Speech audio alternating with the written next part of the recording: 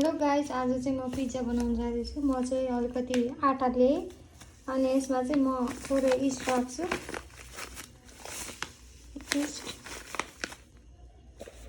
पनि राखिसकेँ। अब चाहिँ म यसलाई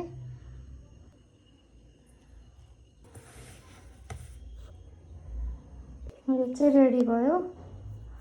अब चाहिँ यसलाई हामीले 1-2 घन्टासम्म छोपेर राखिदिन्छौँ।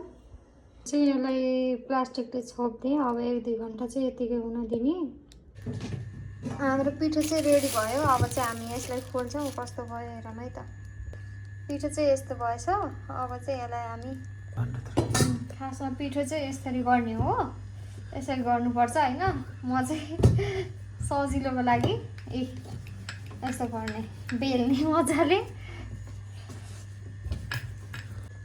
हामीसँग फेरि ओभन छैन, एयर फ्रायर हो। हामी चाहिँ यसमै बनाउँछौँ। अब चाहिँ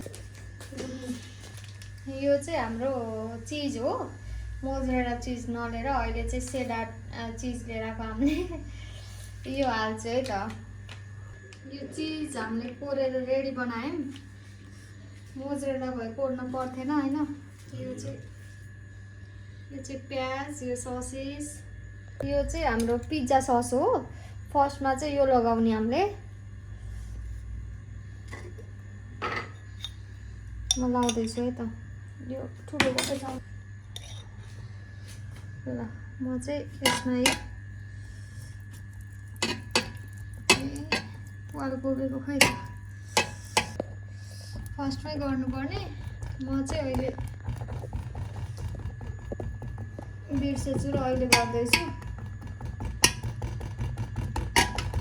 यो भयो भने मजाले भित्रसम्म पाक्छ अनि यो ससहरू पनि भित्रसम्म छिर्छ। यसलाई चाहिँ मजाले दल्नुपर्छ। अब भित्रभित्र छिर्ने गरी हामीले चाहिँ पिज्जा सस लगाएर रेडी भइसक्यो। अब चाहिँ छ हामीसँग सेजवान सस। अब चाहिँ हामी यो राख्छौँ।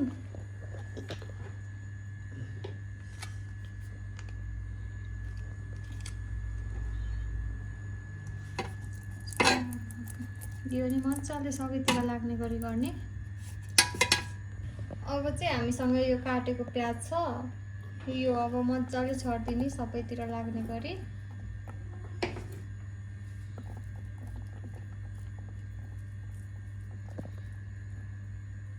हामीसँग छ ससेज चाहिँ मजाले मिलाएर राख्नुपर्छ सबैतिर हुने गरी।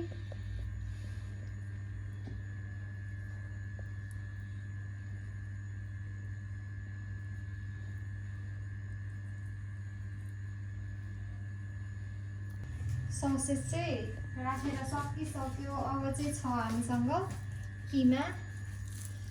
किमा पनि म यसरी हाल्छु। हातले नै यसरी हाल्ने होला।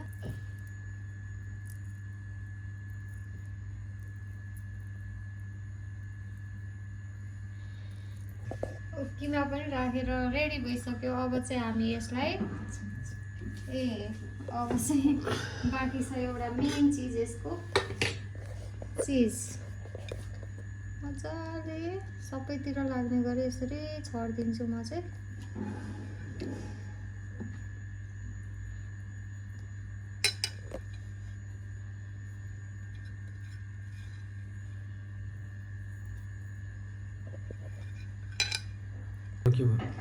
अब चाहिँ रेडी भयो। अब चाहिँ हामी यसलाई पकाउन हालिदिन्छौँ एकछिन।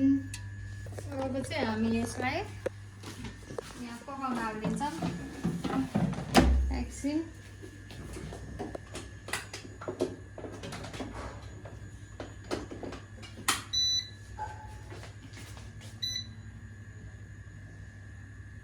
पन्ध्र मिनट नै राखिदिन्छु।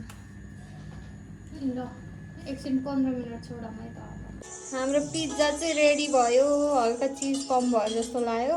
अर्को पालि चाहिँ अलिक बढी हाल्छु ल। अब चाहिँ हामी यसरी काटेर खान्छौँ बुढाबुढी मिलेर होइन।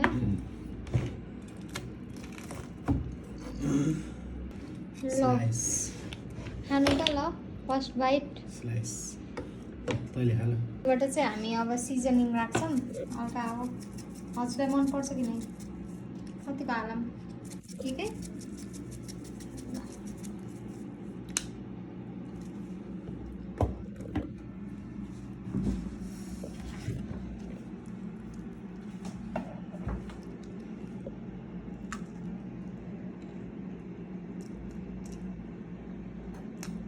मिठो छ। Thank you for watching.